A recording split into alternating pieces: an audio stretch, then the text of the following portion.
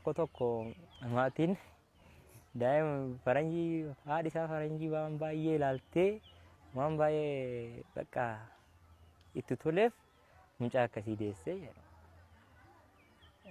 Dhiisa jedheennan maqaan kiyya Fiqiruu Geetuu Raggaasan jedhama. Kanan baradhu mana barumsaa ijoollee Qabdabee Sabbataatti.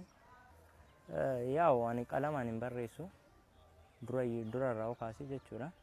Sababni isaa qaroon kiyya baay'ee hammana kan hubatu miti.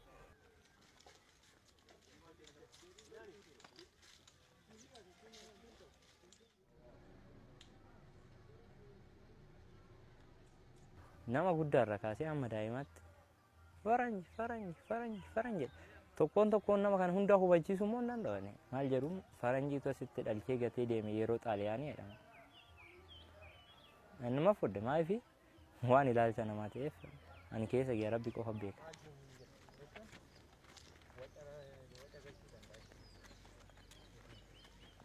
Doktara takkitti na dandadiin sababni ki yaalamuun naqee afaan maaliitiin akkanaa sa'uu wallaalee jalqabarra akkan naqeen dubbachuu didde anumatu bakka akkam jirtu jedheeni indi afaan Oromoo beektaa jette waan akka dinqee wayi baay'ee kan yommuu dandadiin ko faran jedhu anis zim jala jedha sababni isaa waan faranjii hin taaneef hin barbaadu ani sijjammar otoo nan gurraacha ta'e baay'ee hawwiin qabaan ture garuu wama gochuu hin danda'amu. Rabbi tokko nama kenne lammaffaa namarraa kaasitu nama biraatiif kennee nama biraa namaan kennu miti. Kanaaf zimin jala jedha. Akka warra kaanii obboleessuudha inni nama na dubbisa nan dubbisa sababni isaa maaliif faranjii nama wantoota hin jiran guddaarraa kaase maal jedhu give me money jedhu jalqaba akkuma na argani. Anis kolfeetan darba malee siyasan waan san waan ijaanne.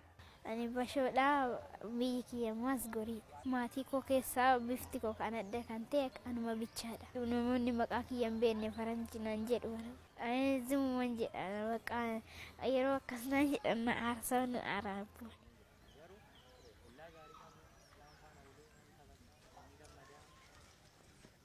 An addaadhus gurraachuma keessatti of ilaalee akka hawwii kiyyaatti nama kan faana iyyuu qixxee nan dorgoma. Hawwii biyya kiyyaa milkeessuu barbaada.